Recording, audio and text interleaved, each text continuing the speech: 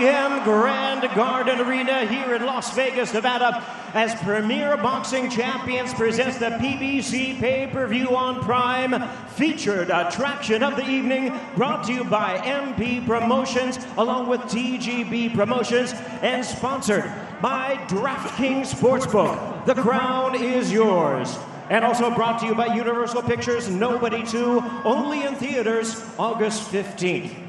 This bout is sanctioned by the WBC President Mauricio Suleiman, along with the Nevada State Athletic Commission. The chairman is Dallas Hahn, Executive Director Jeff Mullen. Our three judges scoring the bout from ringside: from Nevada, Tim Cheatham; from New York, Max DeLuca; and from New Jersey, Steve Weisfeld. And introducing our third man to the ring, the referee will be giving instructions. After the introductions, we have Thomas Taylor. All right, fans, here we go with the main event of the evening. 12 rounds of boxing for the WBC Welterweight Championship of the World. And now, ladies and gentlemen in attendance and boxing fans joining us, a blue corner, trained by Hall of Fame trainer Freddie Roach. Entering the ring wearing black trunks with orange trim, the distinguished former senator hailing from and representing the Sarangani province in the Philippines. He weighed in at 146.8 pounds, recently inducted into the International Boxing Hall of Fame, and having defeated 8 current Hall of Famers, he turned to the ring. Ladies and gentlemen, please welcome boxing's pride of the Philippines, truly one of the all-time greats of the sport. Here is the renowned 12-time 8-division champion of the world, introducing the one and only tutelage of renowned trainer Bob Santos, wearing blue trunks with cheetah print, hailing from and representing his beautiful hometown of San Antonio, Texas. He weighed in at 146.2 pounds.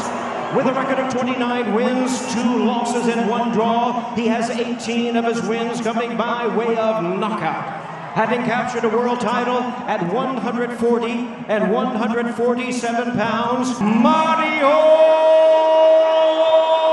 Barrios.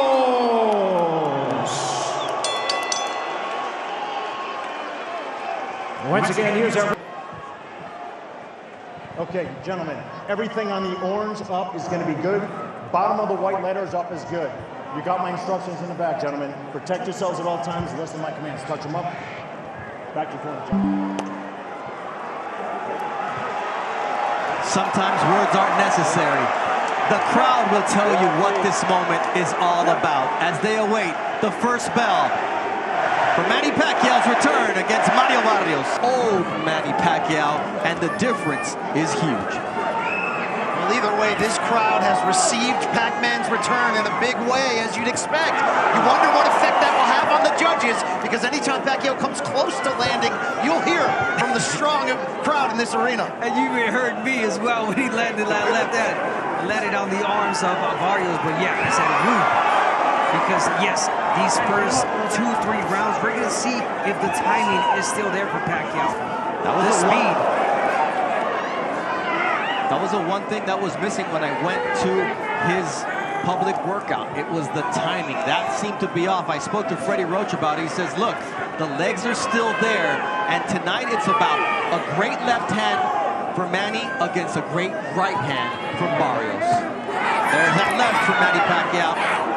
Yeah, so far it's been the left from Manny Pacquiao. No punches thrown yet from Barrios. Barrios still feeling out Manny. But you have to believe this will be as quick and resourceful as Manny will be all night. And so far, he looks good, jabbing to the body consistently. Yeah, you know that Barrios does not want to make a mistake against the experienced Manny Pacquiao that's been in there against the greats of the greats. So being cautious in this first round.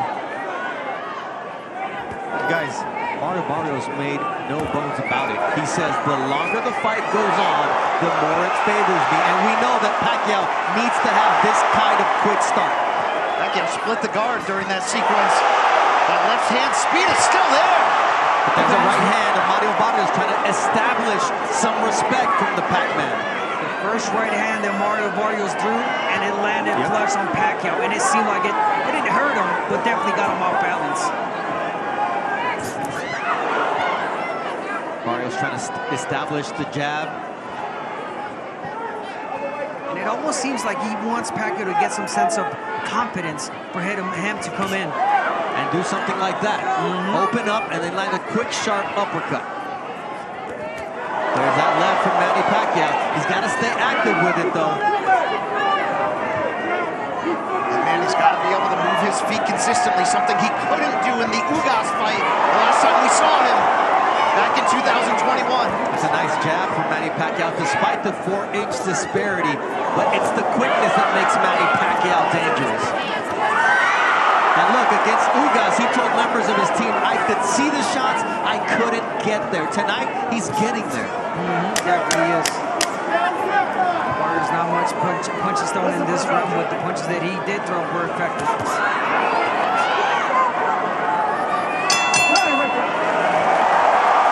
In 29 victories. You see Barrios now coming out to meet Manny Pacquiao in the center of the ring. Wants to establish the fact that he's the champion. Will this be the round after a feeling out round? He starts off with a good jab. He has to take the lead, meaning Barrios, with the output to control the terms of this fight. And really, as he said all week, make Manny look and feel like the older fighter. Yeah. Again, it felt like the first round was definitely a study round for Barrios. He saw what he needed to see. He landed the right hand.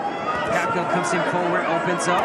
So now it's Barrios trying to get the jab going. But again, Pacquiao, you see the old Pacquiao coming in with the flurry, stepping back and getting back on that jab. That was a quick 1-2 from Pacquiao. What was not quick was his exit. You see the feet get tangled there.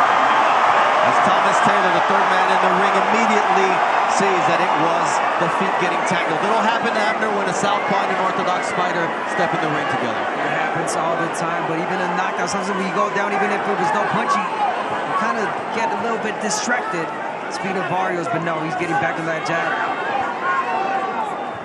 Pacquiao has the chance to achieve many different historic feats tonight. One of them is becoming the first boxer in history to hold a world title in 4 different decades. Incredible to think about. And the fact that he would be the first ever inducted International Boxing Hall of Famer to not only come back, but to also be crowned a world champion. But to do that, there's a lot that yet needs to be done. That was a nice jab and followed by a body shot early as well from Barrios. He definitely needs to work the body against the older 46-year-old Manny Pacquiao. Break him down. That's it. That was a very ill-intentioned counter right that Barrios wanted to punish Pacquiao with. That's a nice left, and then a jab counter from Barrios. So there's an answer from Barrios now in the second round.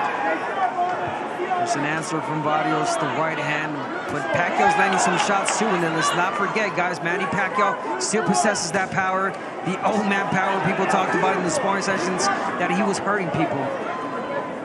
And once again, he's in against a bigger fighter. Barrios' team said they wanted him to come in at around 168 pounds on fight night. Pacquiao nowhere near there. Remember, Barrios hasn't been on the fight at this level exactly, but he's been on the pay-per-view level twice in losses to Gervonta Davis and Keith Thurman, and he talked so much this week about what he learned from those in terms of maturity, education, patience. Pacquiao was patient and right, which is not his MO. He's a big left-hand guy, but you know, early on he was seen as a one-handed puncher. Good round for Mario Barrios here. Listen in to